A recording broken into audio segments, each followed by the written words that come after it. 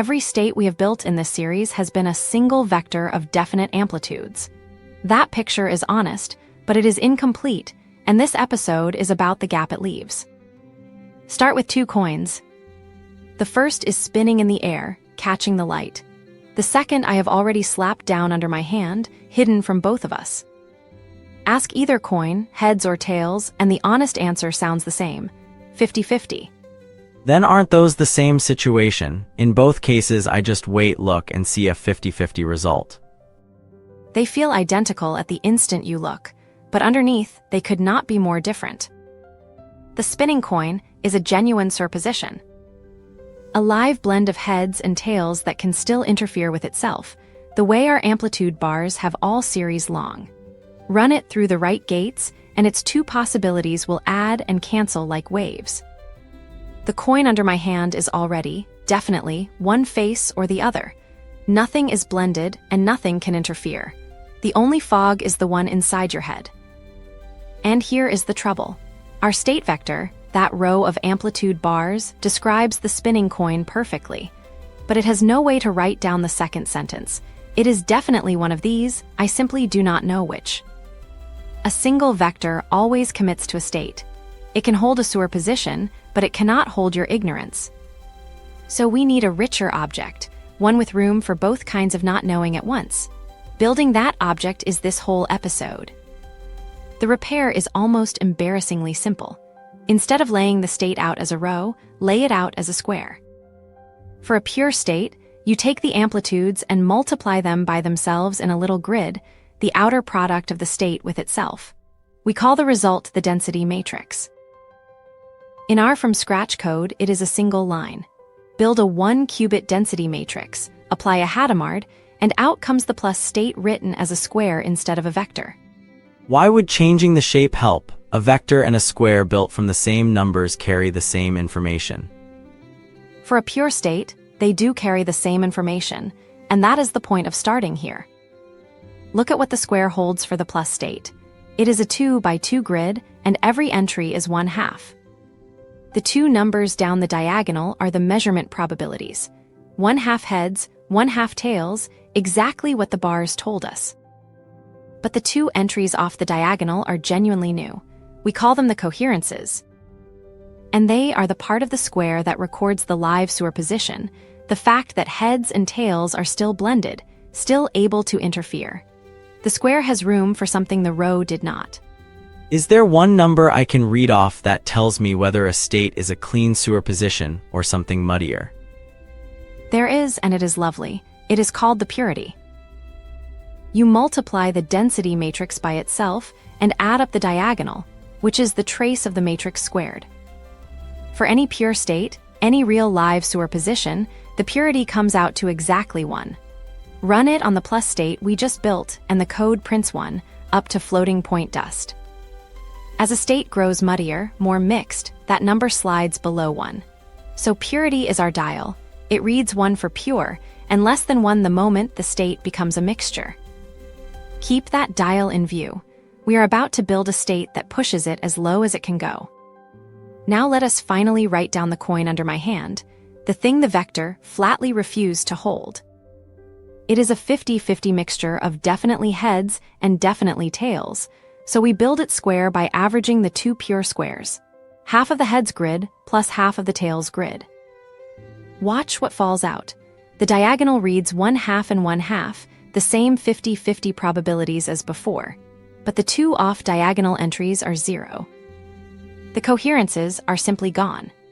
Now put the 2 squares side by side. The live superposition, the plus state, carries 1/2 in its off diagonal corners. The hidden coin carries nothing there, only the diagonal survives. So the density matrix does the one thing our vector never could. It tells a real superposition apart from plain ignorance, and it does it entirely in those off diagonal corners.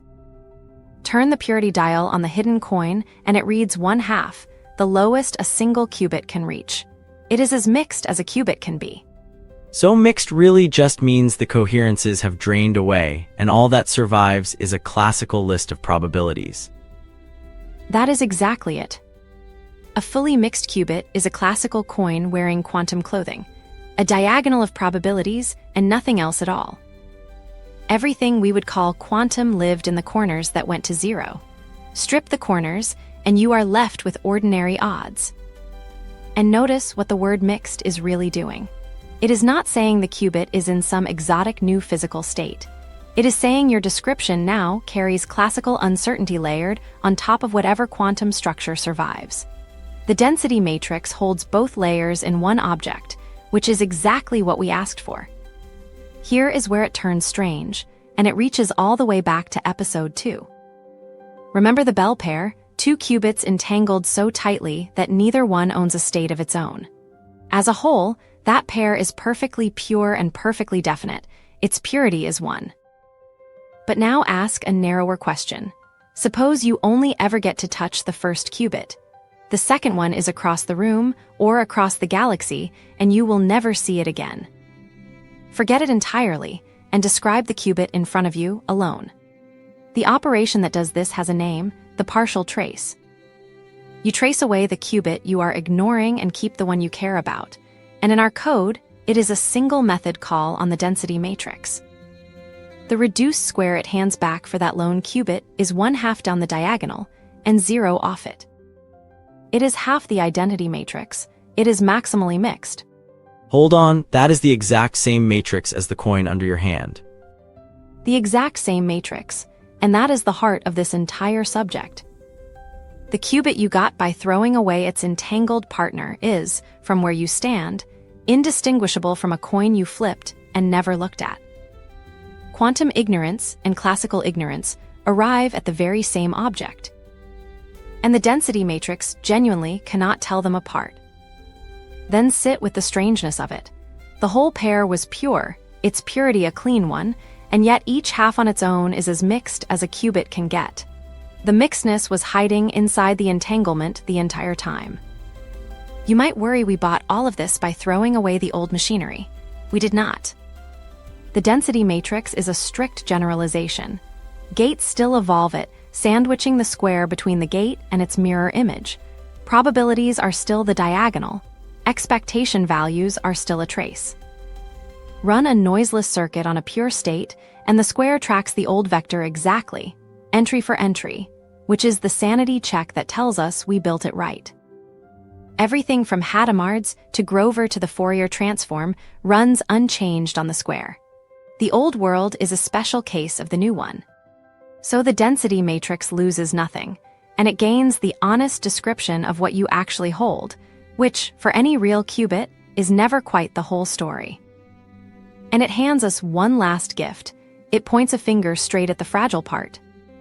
The quantumness of a qubit lives entirely in those off-diagonal coherences, and they turn out to be the very first thing to go. Why would they go anywhere at all? Left on their own, the corners just sat there. On their own, in perfect isolation, they would sit there forever. But no real qubit is ever isolated. It is ceaselessly, weakly entangling itself with its environment, the stray air, the wiring, the faint warmth all around it. And the environment is exactly the thing we just learned to trace away. So the coherences we watched glowing in the corners decay towards zero entirely on their own, with no measurement and no gate. That process is decoherence. It is the reason quantum computers are so hard to build, and it is the whole of the next episode. The fragile corners are where the quantum lives, and the world is always reaching in to erase them.